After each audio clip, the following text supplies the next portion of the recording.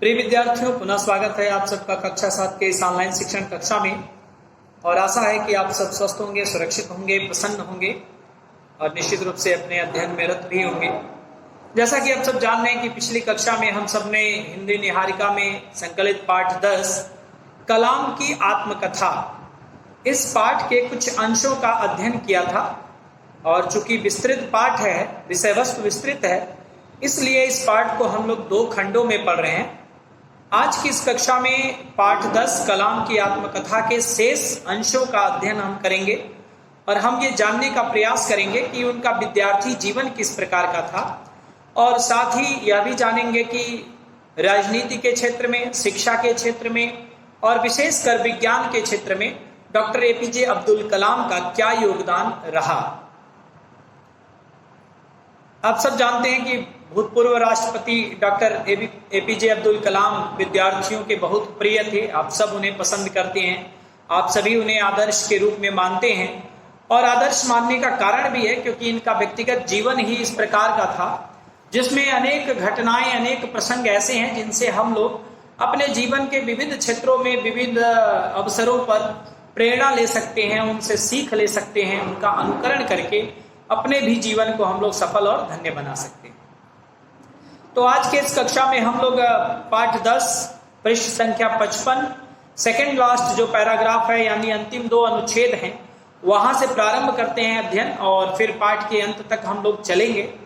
इसमें लिखा गया है कि बचपन में मेरे 3 पक्के मित्र थे, दोस्त थे। जैसा कि हमने आपसे कहा था कि यह जो पाठ है यह एपीजे अब्दुल कलाम की आत्मकथा है, यानी इसमें उन्होंने स्वयं वक्ता के रूप में जो भी बातें लिखी गई हैं उसको कहा है। तो एपीजे अब्दुल कलाम कहते हैं कि बचपन में उनके जो सबसे प्रिय मित्र थे वो 3 मित्र थे, और तीनों के नाम थे रामानंद शास्त्री, अरविंदन और शिव प्रकाशन। तीनों ही संयोग से तमिल ब्राह्मण परिवार से थे। और रामानंद शास्त्री रामेश्वरम के जो मंदिर के सबसे बड़े पुजारी लक्ष्मण शास्त्री का बेटा था। रामेश्वरम का मंदिर आप सब जानते हैं, विश्व प्रसिद्ध मंदिर है। और उस बड़े मंदिर के, उस विशाल मंदिर के, भव्य मंदिर के, प्रमुख मंदिर के मुख्य पुजारी लक्ष्मण शास्त्री का बेटा रामानंद शास्त्री डॉक्टर एपीजे अब्दुल कलाम का पक्का मित्र था, पक्का दोस्त था। कहते हैं कि अलग अलग धर्म, पालन पोषण, पढ़ाई लिखाई को लेकर हम में से किसी भी बच्चे ने कभी भी आपस में भेदभाव नहीं किया। जैसा कि आप सब जानते हैं कि एपीजे अब्दुल कलाम धर्म से मुस्लिम थे और बाकी तीनों जो इनके पक्के मित्र थे वह ब्राह्मण थे, लेकिन कभी भी इन लोगों ने आपस में किसी प्रकार का भेदभाव नहीं रखा, किसी प्रकार के धर्म भेद को सामने नहीं आने दिया। चारों ही एक साथ मिलकर खेलते थे, खाते थे, पढ़ते थे और साथ रहते थे। आगे कहते हैं कलाम कि जब मैं रामेश्वरम के प्राइमरी स्कूल के 5वीं कक्षा में था तब एक दिन एक नए सरकारी शिक्षक हमारी कक्षा में आए। मैं टोपी पहना करता था जो मेरे लिए मुसलमान होने का प्रतीक था। कक्षा में मैं हमेशा आगे की पंक्ति में जनेऊ पहने रामानंद शास्त्री के साथ बैठा करता था। नए शिक्षक को हिंदू लड़के का मुसलमान लड़के के साथ बैठना अच्छा नहीं लगा। जिस सरकारी विद्यालय में यह पढ़ते थे, तो जब यह कक्षा 5वीं में थे तो उस विद्यालय में एक नए शिक्षक आए। और जब शिक्षक ने देखा कि अब एपीजे अब्दुल कलाम जैसा एक मुस्लिम लड़का रामानंद शास्त्री जैसे एक हिंदू ब्राह्मण बालक के साथ बैठता है, तो उन्हें यह थोड़ा अटपटा लगा। उन्हें यह बात अच्छी नहीं लगी कि कोई भी मुस्लिम लड़का किसी हिंदू लड़के के साथ और खासकर एक ब्राह्मण बालक के साथ बैठे। तो उन्होंने, उस शिक्षक ने कलाम को उठाकर पीछे वाली बेंच पर चले जाने को कहा। यह बात कलाम को बहुत बुरी लगी, लेकिन उन्होंने इस बात को बहुत गहरे तक नहीं लिया, हृदय में नहीं लिया और उस बात को वो भूल गए। लेकिन जो उनके मित्र थे रामानंद शास्त्री, उनको भी यह बात बहुत खली। और जब एपीजे अब्दुल कलाम को पीछे की पंक्ति में बैठा दिया गया तो रामानंद शास्त्री ने निराशा में, बड़े उदासी में पीछे मुड़कर और इनकी तरफ देखा। और इस पूरी घटना को छुट्टी होने के बाद जब वो अपने घर गए तो अपने घर वालों को उन्होंने सुनाया। यह सुनकर लक्ष्मण शास्त्री, जो रामानंद शास्त्री के पिता थे, उन्होंने उस शिक्षक को अपने पास बुलाया और उनसे कहा कि किसी भी निर्दोष बच्चे को, जिसके मन में जाति धर्म आदि का कोई भेदभाव नहीं है, उसके मन में, उसके मस्तिष्क में, उसके दिमाग में इस तरह की जो सामाजिक असमानता है और सांप्रदायिकता है, इसका विष तुम्हें नहीं घोलना चाहिए। जब यह बातें लक्ष्मण शास्त्री उस शिक्षक को समझा रहे थे तो उस समय एपीजे अब्दुल कलाम भी वहां मौजूद थे, और फिर लक्ष्मण शास्त्री ने उस शिक्षक को साफ साफ कह दिया कि या तो आप इन बच्चों से क्षमा मांगिए या फिर आप इस विद्यालय को छोड़कर चले जाइए।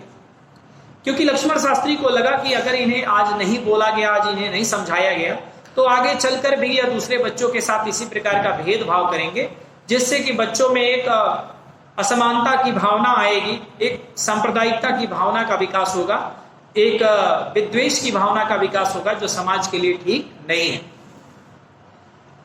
तो उस शिक्षक ने तुरंत अपने किए हुए व्यवहार पर न केवल दुख व्यक्त किया, बल्कि इन बच्चों से क्षमा भी मांगी, और फिर वह अपने व्यवहार में बदलाव के लिए अनेक प्रकार के प्रयास भी करने लगे।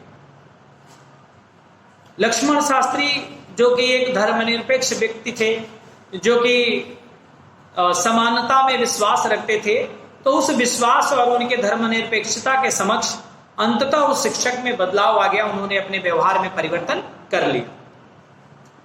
आगे पाठ में है कि द्वितीय विश्व युद्ध खत्म हो चुका था और भारत की आजादी भी बहुत दूर नहीं थी। गांधी जी ने ऐलान किया था कि भारतीय स्वयं अपने भारत का निर्माण करेंगे। पूरे देश में अप्रत्याशित उम्मीदें थी। मैंने अपने पिताजी से रामेश्वरम छोड़कर जिला मुख्यालय रामनाथपुरम जाकर पढ़ाई करने की अनुमति मांगी।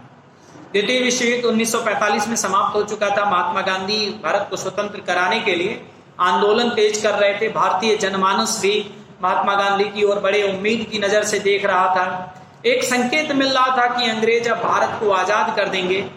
तो उस संकेत की ओर और उस विश्वास की ओर सभी भारतीय बड़े ही गौर से देख रहे थे।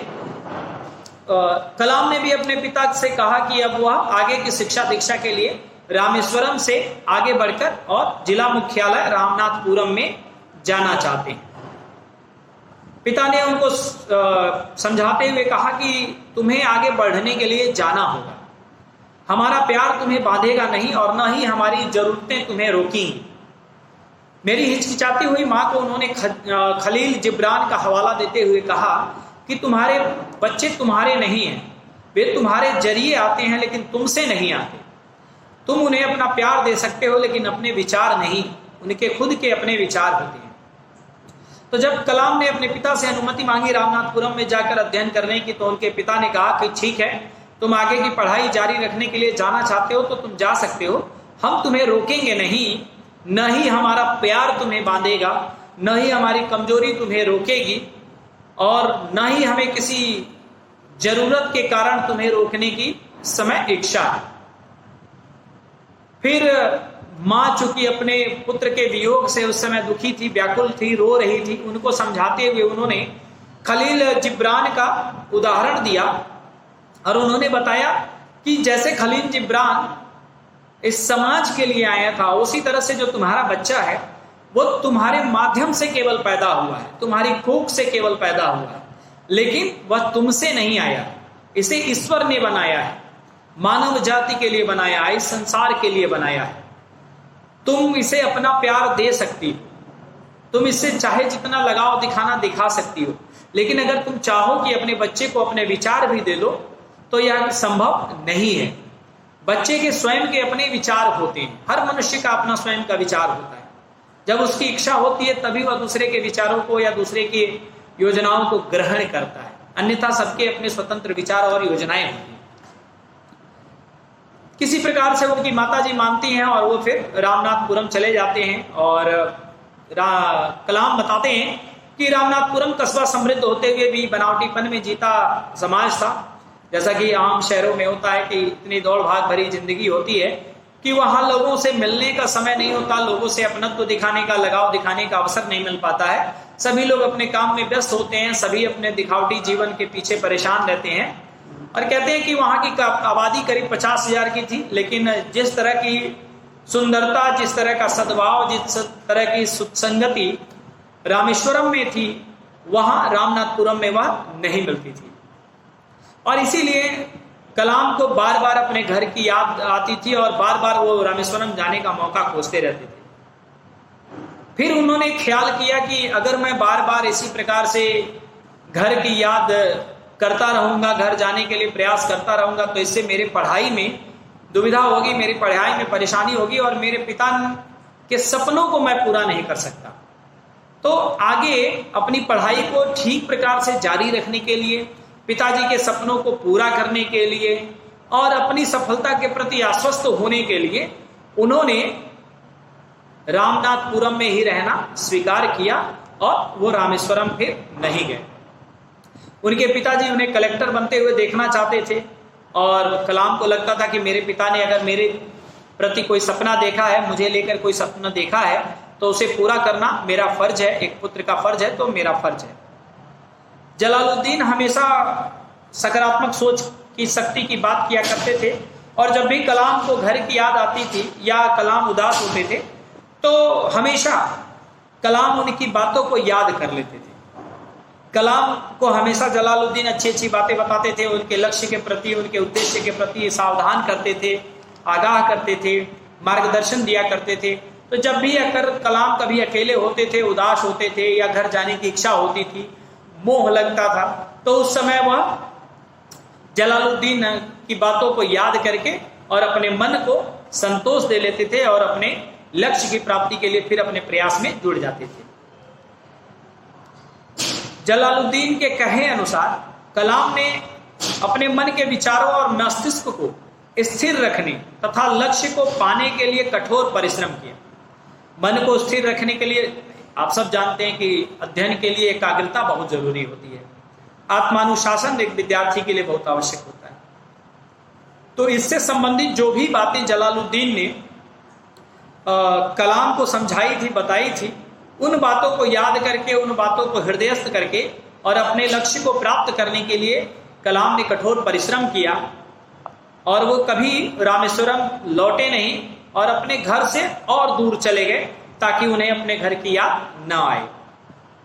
फिर आगे अपने विज्ञान में योगदान के बारे में कलाम बताते हैं कि अग्नि मिसाइल का प्रक्षेपण 22 मई 1989 को निर्धारित किया गया।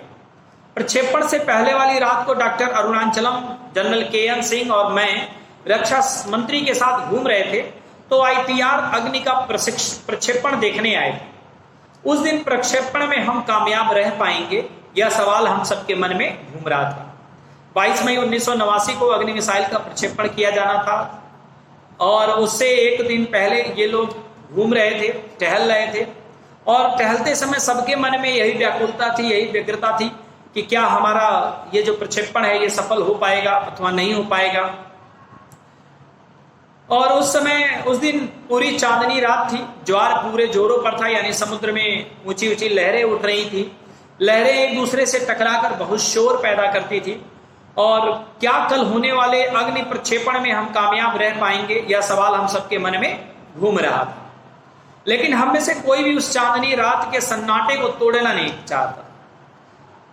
ये सभी लोग उस समय उस अग्नि प्रक्षेपण के मिसाइल के बारे में सोच रहे थे, उसके प्रक्षेपण के बारे में सोच रहे थे, सफलता को लेकर सोच रहे थे, असफलता के बारे में आशंकित हो रहे थे, लेकिन कोई एक दूसरे से बातें नहीं कर रहा था। सब शांति से, एकाग्रता से और शांत भाव से टहल रहे थे केवल, और अपने मन में जो भी विचार और योजनाएं बनानी थी वो बना रहे थे। लंबी चुप्पी तोड़ते हुए रक्षा मंत्री ने अंत में इनसे पूछा कि कलाम, कल अग्नि की सफलता पर तुम मुझसे क्या तोहफा लेना पसंद करोगे? रक्षा मंत्री ने सबको आत्मविश्वास दिलाते हुए कहा कि यह बताइए कि कलाम साहब, अगर कल आपके अग्नि मिसाइल का परीक्षण या प्रक्षेपण सफल होता है तो आप मुझसे क्या तोहफा लेंगे, क्या गिफ्ट लेंगे? तो एक साधारण सवाल था जिसका मैं तत्काल जवाब नहीं सोच सका। ऐसा क्या चाहूं जो मेरे पास नहीं है? ये सोचते हैं कि उसके बदले में क्या लिया जा सकता है, मुझे खुशी किससे मिल सकती है। और तब जब इन्होंने सोचा कि मुझे खुशी किससे मिल सकती है तो तुरंत इन्हें एक जवाब समझ में आया और उन्होंने कहा कि हमें RCI में 1 लाख छोटे पौधे लगाने की जरूरत है। मतलब जब रक्षा मंत्री ने कहा कि जब आपका प्रक्षेपण कल सफल हो जाएगा तो आप मुझसे क्या तोहफा लेना चाहेंगे, तो थोड़ा विचार करने के बाद कलाम ने तुरंत उनसे उत्तर में कहा कि हमें RCI में 1 लाख छोटे पौधे लगाने की जरूरत है। तो रक्षा मंत्री ने तुरंत कहा कि तुम अग्नि की सफलता के लिए धरती माँ का आशीर्वाद ले रहे हो और कल हम जरूर सफल होंगे और तुम्हारी यह इच्छा भी पूरी होगी, प्रक्षेपण भी सफल होगा और तुमने जो हमसे तोहफा मांगा है 1 लाख पौधे लगाने का, यह भी पूरा होगा। और इसी आशा के साथ वह लोग चलते हुए चले जाते हैं। अगले दिन सुबह 7:10 पर अग्नि को छोड़ा गया। यह प्रक्षेपण पूरी तरह से सफल रहा। किसी दुस्वप्न वाली रात के बाद खूबसूरत सुबह में जागना जैसा था। यह मेरे जीवन का सबसे सुखद क्षण था। भारत ने पहला मिसाइल परीक्षण किया था और उस समय जो प्रसन्नता कलाम को और दूसरे लोगों को मिल रही थी, उस प्रसन्नता को वास्तव में वर्णन नहीं किया जा सकता, क्योंकि एक दिन पहले रात भर जितनी बेचैनी थी, कार्यक्रम की सफलता और असफलता को लेकर दुविधा थी, संदेह था, विश्वास था, उसके कारण पूरी रात न सो पाने वाला व्यक्ति जब अगले दिन आशा अनुरूप सफलता पा जाता है तो जो संतोष मिलता है, जो सुख मिलता है, वास्तव में हम लोग उसका वर्णन नहीं कर सकते। फिर आगे लिखते हैं कि वर्ष 1999 के गणतंत्र दिवस पर राष्ट्र ने अपने मिसाइल कार्यक्रम की सफलता पर खुशी मनाई। मुझे और डॉक्टर अरुणाचलम को पद्म विभूषण से सम्मानित किया गया। यानी इनके साथ साथ जो संभवतः इसरो के चेयरमैन थे डॉक्टर अरुणाचलम, दोनों को ही पद्म विभूषण पुरस्कार से सम्मानित किया गया। और मुझे 1 दशक पूर्व यानी लगभग 10 वर्ष पहले इन्हें पद्म भूषण पुरस्कार भी मिला था। तो वह पद्म भूषण पुरस्कार पाने की जो याद थी एक बार फिर इनके लिए ताजी हो गई। यानी पहले इन्होंने 1999 से पहले इनको एक बार पद्म भूषण मिल चुका था और फिर इनको पद्म विभूषण से सम्मानित किया गया। फिर आगे लिखते हैं कि मैं आज करीब करीब वैसे ही रहता हूं जैसे उस समय रहता था। 10 फीट चौड़ा, 12 फीट लंबा कमरा, 10 बाई 12 का एक छोटा सा कमरा, मुख्य रूप से किताबों से सजा हुआ, जिसमें अधिकतर जगहों पर किताबें रखी हुई हैं, कागज के पुलिंदे और थोड़ा सा फर्नीचर यानी बैठने की थोड़ी सी जगह। मेज का बैरा मेरे लिए इडली और छाछ का नाश्ता लेकर आया। वह मुस्कुराया और मुझे बधाई दी। मेरे देश के लोगों द्वारा मेरे काम को प्रदान की गई मान्यता मुझे छू गई। यानी कलाम को जो सफलता मिली मिसाइल कार्यक्रम में या परमाणु परीक्षण में, आपने बाद में पढ़ा कि पोखरण में इन्होंने परमाणु परीक्षण किया था भारत के प्रधानमंत्री अटल बिहारी वाजपेयी के नेतृत्व में, तो उसमें भी उनको सफलता मिली थी। तो इन सब सफलताओं के बदले में जो भारतीय लोगों ने इनको मान्यता दी, जो इनका सम्मान किया, वह सम्मान की भावना इन्हें हृदय तक छू गई थी।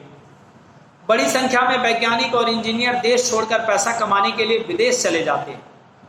यह सही है कि उन्हें निश्चित ही वहां पैसा काफी मिलता है, लेकिन अपने देश के लोगों के प्रेम और सम्मान की क्या कोई भरपाई कर सकता है?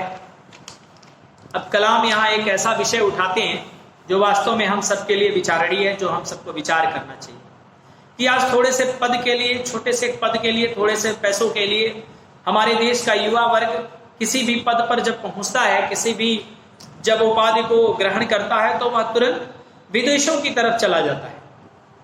वह अधिक धन के लालच में, अधिक पद के लालच में, अधिक भौतिक संसाधनों के लालच में, सुविधाओं के लालच में विदेश जाना स्वीकार कर लेता है और अपने देश को छोड़ देता है जहां उसने अध्ययन किया था, जहां वह भला पड़ा था। तो कलाम कहते हैं कि हमें इस प्रकार का कार्य नहीं करना चाहिए। हमने इस देश में जन्म लिया है, हमने इस देश का अन्न जल खाकर और अपने जीवन को आगे बढ़ाया है, तो हमें अपने देश के प्रति अपने कर्तव्यों को याद करते हुए हमें अपने देश की सेवा करनी चाहिए। वास्तव में अगर हमारी माँ हमारे लिए इतना करती है तो हम लोग भी अपने माँ के लिए सोच कर रखते हैं कि हम अपनी माँ के जीवन में आगे उनके सुख सुविधा का भरपूर ख्याल रखेंगे, उन्हें आराम देंगे। उसी तरह भारत माँ भी हम सब के लिए इतना कुछ करती है। वह हमें जन्म देती है, हमारा पालन पोषण करती है, रहने को घर देती है, अन्न जल हमें प्रदान करती है। यहाँ हम खेल कर, यहाँ हम रहते हुए पढ़कर बड़े होते हैं। और जब इस देश के लिए हमें कुछ करने की आवश्यकता होती है, जब समय आता है, तो बहुत से युवा ऐसे होते हैं जो थोड़े पैसों के लालच में इस देश को छोड़कर और विदेशों में चले जाते हैं। कलाम इसके विरोधी थे। वो कहते हैं कि हम देश ने हमें इतना कुछ दिया तो हमें भी देश के लिए कुछ करने की आवश्यकता है। आपको याद होगा कि जॉन एफ कैनेडी ने कहा था कि आप यह मत देखिए कि देश ने आपको क्या दिया, आप यह सोचिए कि आपने देश के लिए क्या किया है।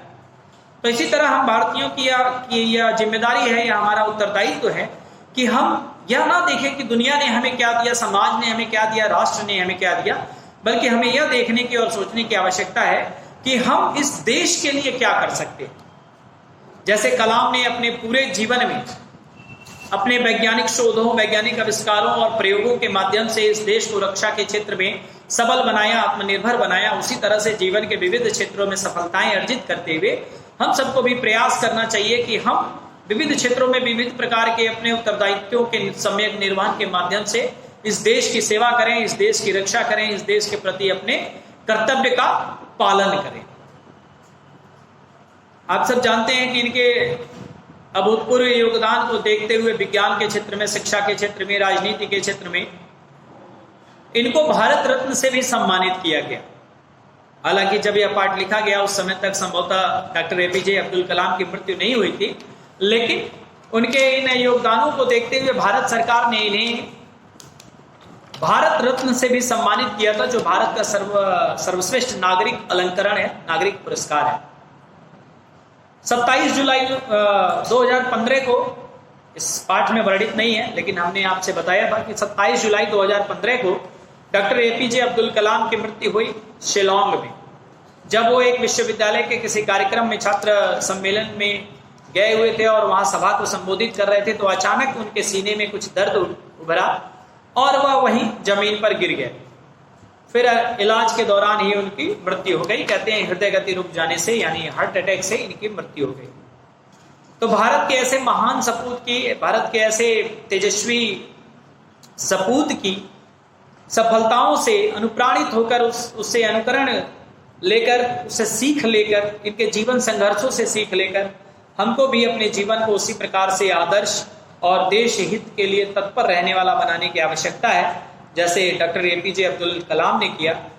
और आप सब सुधी छात्र हैं। डॉक्टर डीएस कोठारी ने कहा था आपके बारे में कि भारत का भविष्य आज भारत के विद्यालयों में पल रहा है।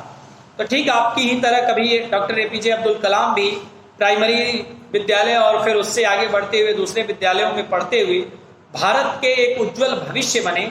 ऐसे ही आप भी आज भारत के विद्यालयों में पढ़ रहे हैं, भारत के भविष्य हैं, कर्णधार हैं। तो आप उनके जीवन से सीख लेते हुए, जीवन के संघर्षों से पार पाते हुए, अपने आशा के अनुरूप, अपने माता पिता की अपेक्षा के अनुरूप, हम शिक्षकों की अपेक्षा के अनुरूप सफलताएं अर्जित करें। अपने जीवन में उन सफलताओं को अर्जित करें जो आशा अनुरूप हो, जिससे आपके देश को लाभ हो, आपके समाज को लाभ हो, आपके राष्ट्र को लाभ हो, आपके परिवार को लाभ हो। तो इन सब उम्मीदों के साथ, इन सब अपेक्षाओं के साथ अब आपसे विदा लेने का समय है और आशा करता हूं कि इस पाठ को आप सब पुनः पढ़ेंगे और इस पाठ में जो भी वर्णित प्रसंग हैं उन प्रसंगों से सीख लेते हुए आप सब अपने जीवन में उनका व्यवहारिक रूप में प्रयोग करेंगे।